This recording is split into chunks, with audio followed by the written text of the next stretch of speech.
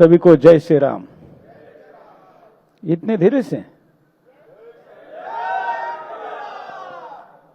माननीय रमन सिंह जी हमारे साथ है, छत्तीसगढ़ के पूर्व सीएम और लॉन्ग टर्म सर्विंग सीएम और आज विधानसभा के अध्यक्ष। आपका बहुत बहुत स्वागत है। मेरा सौभाग्य है कि आपके साथ ये मुख्यमंत्री रहते हुए भी इंटरव्यू हुआ था और अभी आप विधानसभा के सभापति है, ये वाला भी इंटरव्यू मैं कर रहा हूं और इसके बाद वाला भी जो पद है वहां पर भी आप जाए और उसका भी हम इंटरव्यू करें।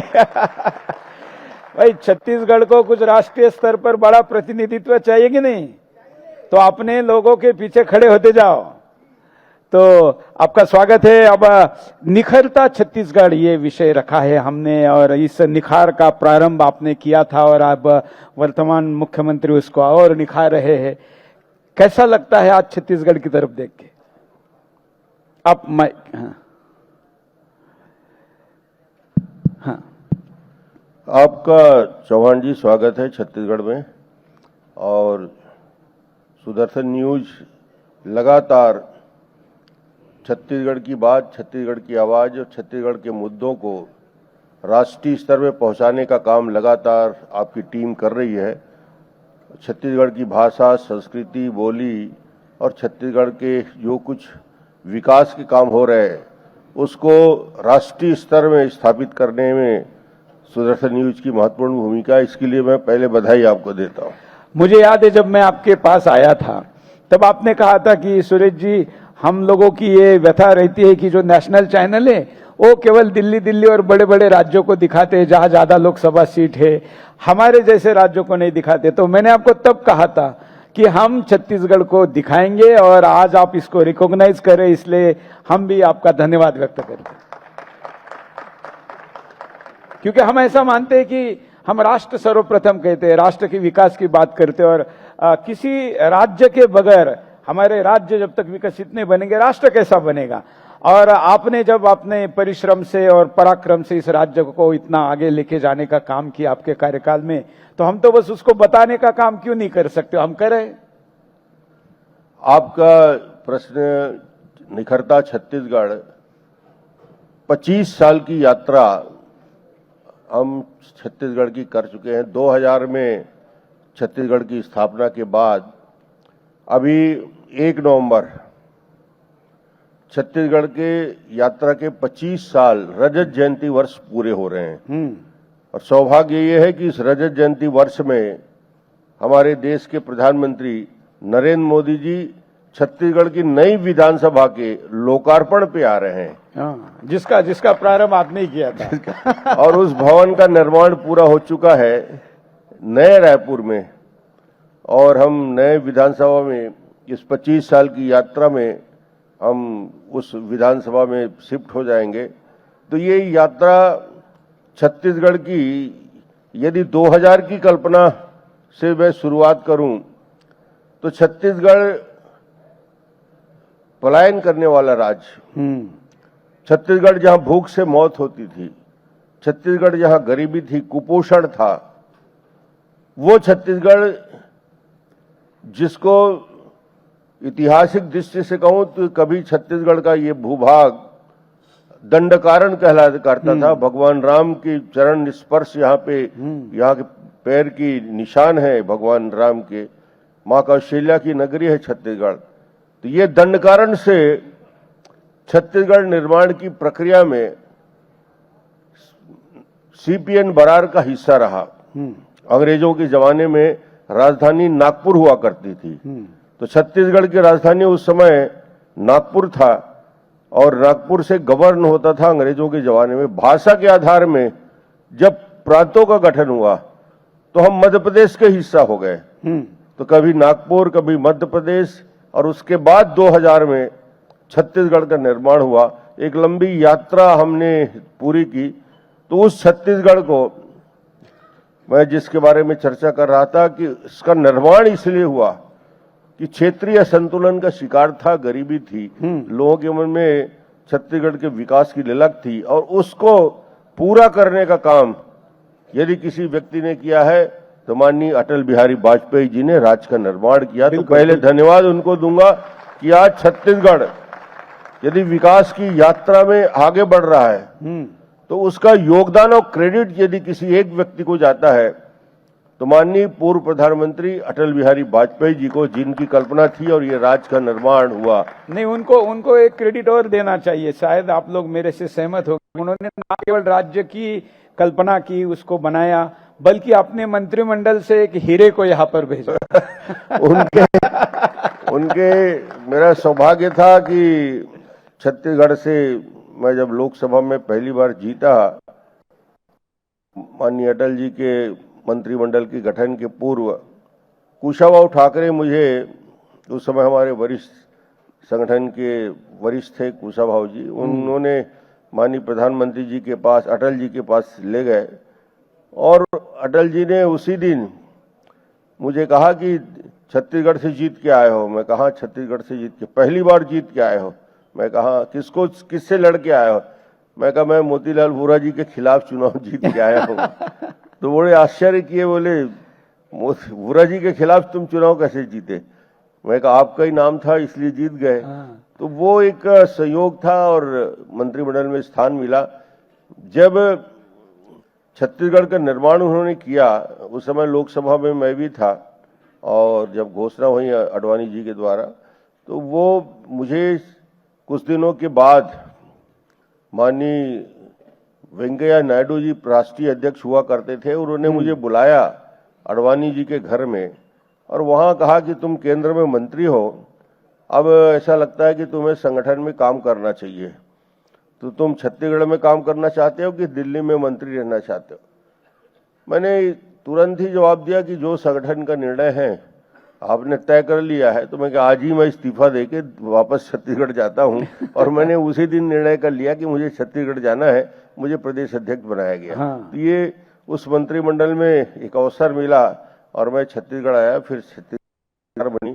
तो ये लेकिन जिस वोरा जी का आपने नाम लिया, वो भले ही आपने उनको पराजित किया, लेकिन वो भी आपके बारे में अच्छा कहते थे। अद्भुत आदमी थे। दिल्ली में हम लोग राजनीति में मैंने पूरे जीवन में जितने लोगों के साथ काम किया, क्योंकि वो मध्य प्रदेश में हम लोग साथ में विधायक भी थे, मंत्री भी थे, वो राज्यपाल भी बने और मेरे राजनांदगांव के चूंकि लोकसभा के मेंबर थे। मैंने राजनीति में जितने लोग से मिला हूँ पक्ष विपक्ष के, वोरा जी से बेहतर आदमी, सभ्य आदमी, शिष्ट आदमी, सम्मान करने वाला आदमी मैंने जीवन में नहीं देखा। बिल्कुल बिल्कुल बिल्कुल। एक दिन मेरा अनुभव रहा, अब तो भले नहीं है, विपक्ष मतलब हमारे दृष्टिकोण से कांग्रेस के थे और हम वैचारिक उनसे कभी सहमत नहीं थे। तो एक बार सिक्योरिटी चेक में हम थे और मेरा पीछे ध्यान नहीं था, तो उनको प्रोटोकॉल था, उनको लेकर जो लोग आए थे, लेकिन उन्होंने मेरा पूरी सिक्योरिटी चेक होने दी, पीछे से आए और फिर कहे कि मैं आपको देखता हूं, मैं आपका वैचारिक विरोधी हूं, लेकिन कोई हिम्मत के साथ बात करता है तो अच्छा लगता है। तो आज इसलिए जब अच्छे लोग होते हैं तो भले हमारे बीच हो ना हो, उनकी याद आती ही है। तो ऐसे लोगों ने भी आपके काम को सराहा और जो सपना लेकर आपने तब काम किया। मैं आपके बारे में इंप्रेस होने का एक कारण था, मैं दर्शकों को भी बता दूं। मैं कल रात हम अपने बसाया हुआ नया रायपुर देखने गए थे, तो पत्नी भी मेरे साथ आई है, तो मैं उनको कह रहा था कि मैं जब पहली बार यहाँ आया तो मुख्यमंत्री जी ने मुझे कहा कि आप वो जरूर देख के आइए, भले अभी खड़ा नहीं हुआ है पूरा, लेकिन आपको हमारा विजन पता चलेगा। तो हम तब वहां पर गए थे और देख के आए थे। आज और तब देख आज समझ में आता है कि आपने वो दूरदृष्टि रखी थी। मुझे वो एक किस्सा भी याद है कि जब कुछ गांव को उठाना था तो आपने उनको सीधे उठाने के बजाय पहले वैकल्पिक व्यवस्था करके ऐसे आकर्षक घर बनाए, जो लोग पहले तैयार नहीं हो रहे थे, जब आपने उनको घर दिखाए तो लोग स्वयं ही उधर जाने के लिए तैयार हुए। तो ऐसी कुछ चीजें हैं कि जो आपका एक विजन दिखाती है। ये नया रायपुर की कल्पना और सोच छत्तीसगढ़ के निर्माण के बाद हमारी दिक्कत ये थी कि छत्तीसगढ़ में जो आर्थिक स्थिति थी बहुत कमजोर थी। 6-7 हजार करोड़ के बजट से हमने यात्रा शुरू की। आर्थिक रूप से छत्तीसगढ़ मजबूत नहीं था और आज बढ़ते बढ़ते छत्तीसगढ़ तेजी के साथ आगे बढ़ा है। तो मुझे लगता है कि 6,000-8,000 से 1,60,000 करोड़ के बजट में हम आ चुके हैं। और छत्तीसगढ़ के नया कैपिटल बनाने की कल्पना इसलिए हुई कि जहां मुख्यमंत्री का सेक्रेटरीट था, सचिवालय था, जहां मैं बैठा करता था, आज भी मुझे ख्याल है वो रायपुर का डिस्ट्रिक्ट हॉस्पिटल हुआ करता था। और मैं जिस चेंबर में बैठता था, कक्ष में बैठता था, वो ऑपरेशन थिएटर था, माइनर ऑपरेशन थिएटर। तो वहां से आपने ऑपरेशन किया? वहां से मैंने राज्याधीश 2003 से शुरुआत की और फिर नए विधानसभा में आए। तो छत्तीसगढ़ के, और आपका निवास भी शायद कलेक्टर निवास था क्या? कलेक्टर निवास था उस समय कलेक्टर निवास पे ही। तो ये छत्तीसगढ़ के निर्माण की प्रक्रिया चली और ये जो नया रायपुर बना है उसको माननीय प्रधानमंत्री जी मोदी जी ने पूरा 1 घंटे घूमने के बाद बहुत सारे जो बहुमूल्य सुझाव आए थे वो मोदी जी के द्वारा आए थे कि क्या क्या कहाँ कर सकते हो। तो उनका विजन मैं बता रहा हूँ कि इतनी बढ़िया विजन। आज एक घटना याद आ रहा है कि 2018 में अम्बेडकर जयंती में माननीय नरेंद्र मोदी, चूंकि कल उनका जन्मदिन था, कल वो 75 साल के हो गए और 75 साल होने के उपलक्ष्य में एक घटना मुझे याद आ रही है कि वो 2018 में अम्बेडकर जयंती में छत्तीसगढ़ आए। छत्तीसगढ़ में बीजापुर दूरसंचार का हमारा बस्तर का जिला था, वहाँ एक कार्यक्रम हमने रखा था, आयुष्मान भारत के फेज 2 का उद्घाटन वहाँ पे लोकार्पण करना था। और बीजापुर में जांगला करके एक बस्ती है, जांगला में आए थे प्रधानमंत्री जी। तो वहाँ इसके फेज 2 का आयुष्मान भारत का लोकार्पण तो वहाँ पे हुआ, मगर एक कार्यक्रम हमने और जोड़ा था कि चरण पादुका वितरण का काम, महिलाओं को जूते देने का, जो तेंदुपत्ता तोड़ती हैं। तो हम लोगों ने उस कार्यक्रम की शुरुआत की, मगर आप आश्चर्य करेंगे कि हम लोग डिब्बे में जूते दे रहे थे तो प्रधानमंत्री जी ने वो डिब्बा बुलाया, जूता खोला, महिला को बुलाए और अपने हाथों से बैठकर उनके पैर में जूते पहनाए।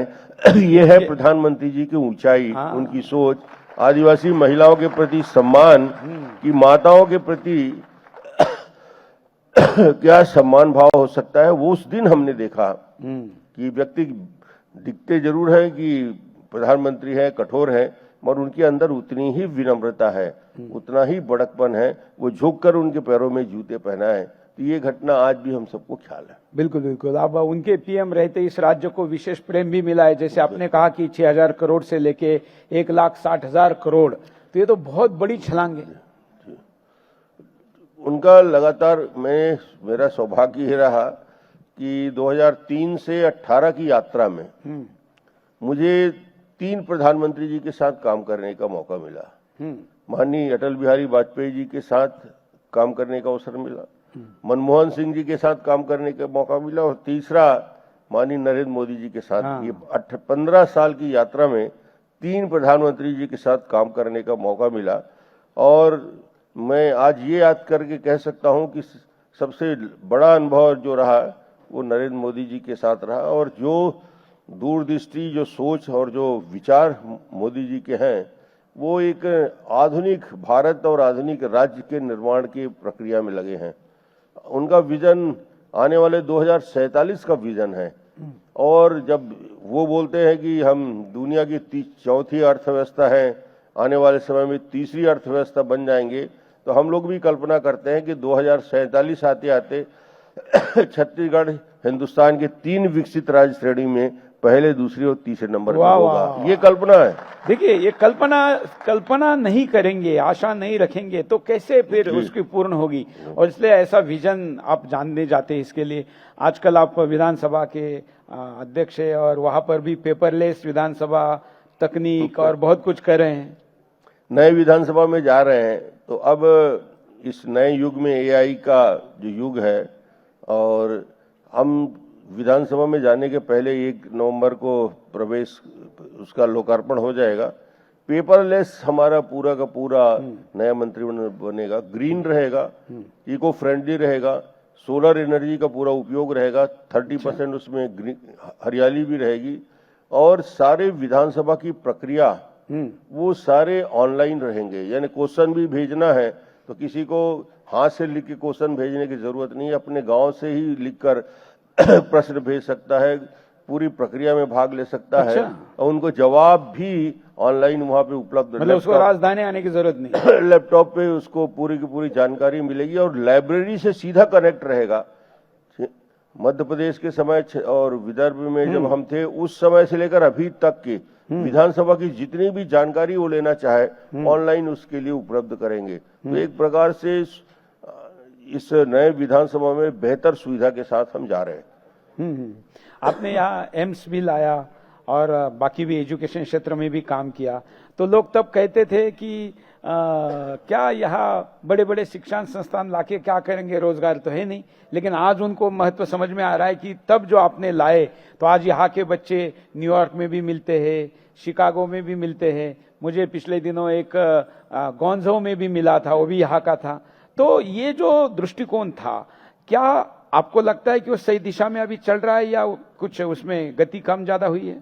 नहीं, ये हायर एजुकेशन से जुड़ना और राष्ट्रीय अंतर्राष्ट्रीय स्तर के संस्थान को छत्तीसगढ़ में लाना, ये बड़ा लक्ष्य था। आज आईआईटी भी है, क्योंकि लोगों को तो आईआईटी और आईटीआई में फर्क ही नहीं पता फर्क नहीं है। लोगों को समझ नहीं आता था कि आईटी क्या है और आईआईटी क्या है। तो आईआईटी आया, फिर ट्रिपल आईटी आया, एम्स आया, ये नेशनल यूनिवर्सिटी यहाँ पे आया। तो जितने राष्ट्रीय स्तर के संस्थान हैं वो आपको मैं बताऊं, ये राष्ट्रीय संस्थान तो देश में पहचान बना ही रहे हैं। आईआईएम भी हमारे पास है छत्तीसगढ़ में। मगर मुझे लगता है कि छत्तीसगढ़ का जो बेसिक कमी थी हमारे एजुकेशन का इंफ्रास्ट्रक्चर, 2 मेडिकल कॉलेज थे, आज 14 मेडिकल कॉलेज हो गए। एक नर्सिंग कॉलेज था, 84 नर्सिंग कॉलेज हो गया। 40,000 नए स्कूल का निर्माण हुआ छत्तीसगढ़ के अंदर। उनके भवन के निर्माण का काम हुआ। तो ये जो इंफ्रास्ट्रक्चर बनना था, जिसकी वजह से छत्तीसगढ़ में एक उत्साह का वातावरण बना और लोग आगे बढ़ रहे हैं। बिल्कुल। तो जो ये आगे बढ़ रहा है, लेकिन जो सपना 2000 में देखा था, आपको लग रहा है कि वो उस दिशा में जा रहा है या उसमें अभी कुछ और करने की जरूरत है? 2000 में और 2003 में या जिस सपने को लेकर माननीय नरेंद्र मोदी जी, माननीय अटल बिहारी वाजपेयी ने छत्तीसगढ़ का निर्माण किया, वो छत्तीसगढ़ तेजी के साथ आगे बढ़ रहा है और सभी क्षेत्रों में छत्तीसगढ़ विकसित छत्तीसगढ़ की दिशा में आगे बढ़ रहा है। जहां 5 लाख मीट्रिक टन धान की खरीदी होती थी, आज 1,59,000 मीट्रिक टन धान खरीदी हो रही है। आज किसानों को सिर्फ पैडी के प्रोक्योरमेंट से 30,000 करोड़ कैश उनके खाते में ट्रांसफर हो रहा है। सॉरी, बिल्कुल पानी हाँ बिल्कुल। और हम विधानसभा से थोड़ा निकल गए थे क्योंकि विधानसभा पर भी मेरे पास 5-6 सवाल थे। आप लोगों के पास भी होंगे ना? सवाल पूछना चाहेंगे? कौन कौन पूछना चाहता है, ताकि अगले व्यक्ति माइक की व्यवस्था वहां करे। मैं ये राउंड भी आप लोगों के पास हमारे सवाल समाप्त होने के बाद लेकर जाने वाला हूं। हाँ, चलिए पूछिए। नहीं, वो बाद में लेते हैं। एक आप जो बोल रहे थे उसको कंटिन्यू कर लेते हैं। विकास के 2000 के आपने जो प्रश्न किया था, उस कल्पना को साकार करने के लिए जो हमने लॉन्ग टर्म और शॉर्ट टर्म की जो पॉलिसी बनाई, उस पॉलिसी का असर दिख रहा है। अब छत्तीसगढ़ में जो बेसिक इंफ्रास्ट्रक्चर था, सड़कों, ये हालत थी छत्तीसगढ़ में कि राज्य निर्माण के साथ छत्तीसगढ़ का नेशनल हाईवे, यानी मैं हर सभा में बोलता हूं कि मिट्टी का नेशनल हाईवे यदि कहीं था तो छत्तीसगढ़ में था। आज 45,000 किलोमीटर सड़क का निर्माण हो चुका है। आज ये इंफ्रास्ट्रक्चर, पावर की स्थिति ये थी कि 3,000 मेगावाट का उत्पादन होता, आज 22,000 मेगावाट की पावर के उत्पादन में हम आ चुके हैं। तो ये जो छत्तीसगढ़, नहीं, मुझे याद है, मैं आपको जब पहली बार मिलने आया तो इस शहर में केवल एक होटल था और उस एक OB 3 स्टार होटल था, एक ही होटल था। और आज हम देखते हैं तो जब सर्च करती है तो पता चलता है कि सारे नेशनल इंटरनेशनल जितने ब्रांड है वो रायपुर में आज आ चुके हैं। ये जो वीडियो डाला थोड़ी देर पहले कि सभागार कॉन्क्लेव के लिए तैयार है, तो लोगों ने नीचे कमेंट किया ये भारत मंडपम लग रहा है। तो मतलब ये इस शहर में इतना बदलाव हुआ है, ये तो विजन से ही संभव होता है। कुछ प्रश्न भी ले लेंगे, लेकिन उसके पहले अगर आप विधानसभा में आपका जो विजन चल रहा है उसके बारे में बताएंगे तो अच्छा होगा, क्योंकि अभी नया विधानसभा का भवन जो मिलने जा रहा है और मोदी जी उसका उद्घाटन करने वाले हैं, तो उसमें और क्या नया प्रयोग आप करने जा रहे हैं? नए विधानसभा भविष्य का विधानसभा है छत्तीसगढ़ के आने वाले 100 साल के लिए। उस पे हमने विधायकों के लिए और जो कैपेसिटी हमने बनाई है, आने वाले समय में 200 विधायक संख्या बढ़ते तक, अभी 90 विधायक हैं, वो 200 संख्या तक विधायक वहां बैठ सकते हैं। 500 लोगों का ऑडिटोरियम वहां पे बना हुआ है और सारी चीज जितने भी सुविधाएं विधायकों के लिए मिल सकती है वो सारे उनके लिए आईटी से जोड़ के उनको सुविधा उपलब्ध कराई है, ताकि हर विधायक सीधे विधानसभा से जुड़ सके, वहां के लाइब्रेरी से जुड़ सके, वहां के अधिकारियों से सीधी बात कर सके। तो ये आधुनिक नए युग का विधानसभा होगा। और मुझे लगता है आपके पॉलिटिकल कनेक्शन का भी विधानसभा को फायदा मिला कि उपराष्ट्रपति, राष्ट्रपति, प्रधानमंत्री एक ही स्पीकर के कार्यकाल में इतने सारे लोग आ गए। ये छत्तीसगढ़ के लिए गौरवशाली क्षण था और छत्तीसगढ़ की जनता का एक आकर्षण भी था। माननीय राष्ट्रपति जी यहाँ पे आए, उपराष्ट्रपति जी आए और अब प्रधानमंत्री जी भी आ रहे हैं। तो छत्तीसगढ़ के विधानसभा के लिए गौरवशाली क्षण होगा कि राज्योत्सव जो छत्तीसगढ़ निर्माण की स्थापना का अवसर मना रहे हैं, उस राज्योत्सव में माननीय प्रधानमंत्री जी उपस्थित रहेंगे। बिल्कुल बिल्कुल। कोई प्रश्न पूछना चाहता है वहां से शुरू कर सकते हैं। हाँ, उधर से शुरू करिए। हाँ, शॉर्ट में प्रश्न हो, हाँ, उनके बाद इधर लाना। हाँ, पूछिए। माइक, थोड़ा माइक चालू कर दीजिए तो अच्छा रहेगा। हाँ, तब तक दूसरा माइक से शुरू करो, जो है इधर से दे दो। हाँ, स्मारिका इधर दे दो, ये पास में है, ये पूछना चाहते हैं, उधर माइक चालू होने तक यहाँ से पूछे। हाँ, पूछिए। जी माननीय महोदय, आपसे मैं कम शब्दों में इतना ही पूछना चाहता हूं कि हिंदुत्व की सरकार है और ट्रिपल इंजन सरकार है, तो धर्मावलंबी लोग और गौ माता के लिए जितनी भी योजनाएं बनाई जा रही हैं वो धरातल पे आज तक 2.5 साल हो गए और पिछली सरकार आपकी 15 साल सरकारें रही, उस पे क्यों ऐसा संघर्ष जूझना पड़ रहा है उन धर्म कार्यकर्ताओं को और गौ सेवकों को? नहीं, छत्तीसगढ़ में बहुत स्पष्ट है कि छत्तीसगढ़ में पहले दिन से ही हम लोगों ने गौ माता के संवर्धन के लिए, उनके लिए गौशाला के हिसाब से लगातार काम किया। बाद में सरकार बदली, सरकार ने नीति बदली, गौठान बनाया, पर वो काम नहीं हुआ। अब विष्णुदेव साय जी के आने के बाद, नई सरकार बनने के बाद उन्होंने गौ सेवा आयोग का पुनर्गठन भी कर दिया है। अब जितने भी गौशालाएं हैं जहां पे आज गाय रखी जा रही है, उसको व्यवस्थापन के लिए सरकार ने फंड भी बढ़ाया है, अधिकारियों को उसके लिए सतर्क भी किया है और खास तौर से गौ तस्करी रोकने के लिए सभी एसपी, कलेक्टर और नीचे स्तर के अधिकारियों को स्पष्ट रूप से निर्देश है कि इसमें सख्ती के साथ कार्रवाई करें, गाड़ियों को राजसात करें।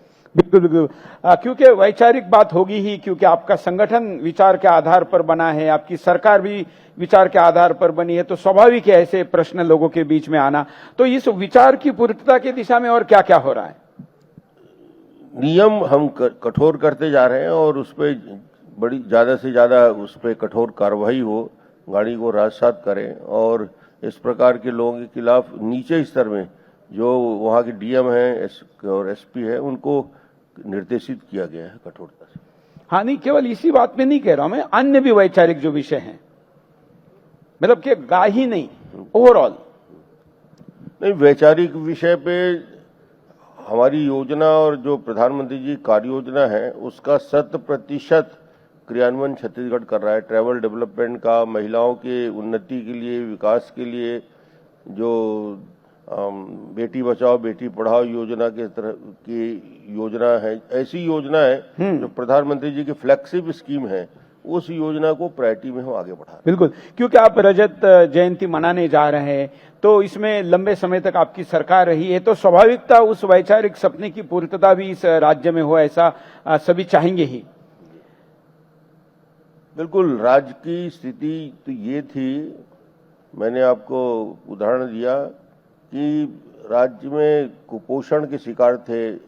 यहाँ का IMR, यहाँ का MMR, शिशु मृत्यु दर, मातृ मृत्यु दर, कुपोषण, और ये सारी चुनौतियां इस राज्य के सामने थी। आते ही हमने पहली योजना शुरू की छत्तीसगढ़ में, मुख्यमंत्री खाद्यान्न सुरक्षा योजना। गरीबों को 1 रुपया किलो चावल देने के लिए 58 लाख परिवारों को हमने उस योजना ने तो आपको चावल वाले बाबा बना दिया दुनिया में। उसमें नमक भी दिया, उसमें चना भी दिया। कौशल उन्नयन का, रोजगार के इस प्रश्न में कौशल उन्नयन के मामले में हमने कानून बनाया, स्किल अपग्रेडेशन के लिए कानून बनाया और ज्यादा से ज्यादा लोगों को स्किल से जोड़ने का काम करा। हर डिस्ट्रिक्ट में कौशल उन्नयन के लिए ब्लॉक स्तर में हमने योजना बना के काम किया। तो ये काम है जो लंबे समय तक काम आते हैं। गरीबों के जीवन में परिवर्तन हो, किसानों के जीवन में परिवर्तन हो, धान खरीदी की व्यवस्था हुई, धान पे समुचित रूप से पूरे धान खरीदी की व्यवस्था हुई। आज 1,56,000 लाख मीट्रिक टन धान 30,000 करोड़ का किसानों को खरीद रहे हैं। ये हिंदुस्तान में अपने आप में रिकॉर्ड है कि ऐसी व्यवस्था जो किसानों के लिए हो रहा है वो छत्तीसगढ़ कर रहा है, उसका उदाहरण दिया जाता है। अभी आप आए तो आपने दिलीप सिंह जुदेव जी का नाम लिया। जब प्रबल जी मिले तो वो धर्मांतरण के विषय पर काम करते थे और अभी भी इस राज्य में विदेशी शक्तियां, वो तो दुनिया भर में सक्रिय है ही, वो अपना धर्मांतरण का काम करेगी ही, लेकिन अभी भी इस राज्य में वो सक्रिय है, तो उसको रोकने के लिए क्या आपकी सरकार करने जा रही है? देखिए, ये इस बीमारी को धर्मांतरण, और खास तौर से ये धर्मांतरण वो बस्तर हो या सरगुजा हो या रिमोट एरिया में, ट्राइबल एरिया में काफी बड़े स्तर में धर्मांतरण का शिकार रहा है 50-100 सालों में। अब जब सरकार भारतीय जनता पार्टी की आती है, ये धर्मांतरण के खिलाफ अच्छे से मुहिम चलता है और अधिकारियों को भी निर्देश रहते हैं। अभी घर वापसी का एक अभियान जो जुदेव जी ने शुरू किया था, उसका अद्भुत असर पड़ा था पूरे छत्तीसगढ़ में। बिल्कुल। और आज भी उसी तर्ज में उस काम को आगे बढ़ाने के लिए जसपुर से लेकर अन्य क्षेत्रों में घर वापसी का अभियान निश्चित रूप से हो रहा है और जुदेव जी के परिवार के हमारे वरिष्ठ लोग उसमें लगे हुए हैं। बिल्कुल। कुछ ऑनलाइन प्रश्न लेते हैं अभी ऑनलाइन, क्योंकि लाइव चल रहा है तो स्ट्रीमिंग पर एक प्रश्न पूछा जा रहा है कि विधानसभा अध्यक्ष के रूप में सदन में प्रश्न ज्यादा पूछे जाए, विधायकों को ज्यादा प्रश्न पूछने का अवसर मिले, इसके लिए आपने क्या व्यवस्था निर्माण की है? लोकतंत्र में सबसे जरूरी है कि कोई वेल में चला गया और स्पीकर के सामने खड़ा हो गया तो वो अपने आप दिन भर के लिए निष्कासित हो जाता है। अच्छा, बाय डिफॉल्ट। हाँ, और उसके लिए मार्शल लगाने की जरूरत नहीं पड़ती, उसको कोई उठा के ले जाने की जरूरत नहीं पड़ती। हम स्वयं अपने आप उसको वो बाहर चले जाते हैं और दिन भर के लिए निष्कासित हो मतलब उसको खुद ही पता है कि अब मैं जब ये करने जा रहा हूं तो इसके बाद मैं नहीं रहूंगा, मैं निष्कासित हो जाऊंगा। तो ये एक व्यवस्था छत्तीसगढ़ की विधानसभा ने वर्षों से बना के रखी है और उस व्यवस्था को हम कायम रख रहे हैं। छत्तीसगढ़ की विधानसभा में शायद ऐसा भारत में यही है, अकेली विधानसभा है। इस विधानसभा में और दूसरे प्रयोग हमने किए। नक्सल मुद्दा था, जिस नक्सल मुद्दा में बोलने से थोड़ा विधायक संकोच करता है, खासतौर से नक्सल इफेक्टेड क्षेत्र के लोग, उसके लिए हमने एक व्यवस्था बनाई कि ऐसे क्षेत्र के समस्याओं को उठाने के लिए नक्सल चर्चा पर हमने क्लोज डोर मीटिंग की। पत्रकारों को, मीडिया को नहीं रखा, सिर्फ हमारे विधायक बैठे, दरवाजे बंद किए गए, अधिकारियों को भी नहीं रखा और करीब 10-12 घंटे की चर्चा हुई। क्लोज डोर मीटिंग से वो सब बातें आ गई खुल के जो नक्सल समस्या के निराकरण के लिए हम कर सकते थे और उसका असर हुआ, कार्य योजना बनाने में मदद मिली। तो ये प्रयोग छत्तीसगढ़ की विधानसभा ने किया। नक्सल हिंदुस्तान से समाप्त होने की बात हो और अमित शाह जी का नाम न, ऐसा हो नहीं सकता, क्योंकि उन्होंने गरजते हुए कहा था कि ये इसको हम समाप्त करेंगे और डेडलाइन दी थी और अभी करीब समाप्त कर दिया है, लास्ट ऑपरेशन चल रहा है। तो अमित शाह जी के इस गर्जना का संकल्प का उपयोग इस समाप्ति में हुआ? उन्होंने कहा है मार्च 2026 तक न केवल छत्तीसगढ़ से बल्कि देश से नक्सलियों का समूल निराकरण हो जाएगा, नक्सलवाद समाप्त हो जाएगा। ये अमित शाह जी ने समय भी दिया है और छत्तीसगढ़ सरकार और अन्य सरकारें इस पे काम कर रही है। मैं इस पूरे विश्वास के साथ मैं कह सकता हूं कि जिस प्रकार से ऑपरेशन चल रहे हैं, जिस प्रकार पुलिस कार्रवाई हो रही है, जिस प्रकार यहाँ के गृह मंत्री और मुख्यमंत्री जी और यहाँ के फोर्सेस काम कर रही है, ये स्पष्ट हो चुका है कि मार्च 2026 आते आते छत्तीसगढ़ से और देश से नक्सलवाद समाप्त होगा। ये अमित शाह जी ने जो कार्य योजना बनाई है 100% सफल होगा, मैं आपको आज बोल सकता हूं। बिल्कुल, चलिए, आपके साथ तो बहुत लंबी चर्चा हो सकती है, इतना अनुभव है, इतना आपका काम है, लेकिन इस व्यस्तता में भी आपने समय निकाला, आप यहाँ आए। हम एक प्रयोग आपके साथ करेंगे जो आज मुझे लगता है कि घोषित करना चाहिए।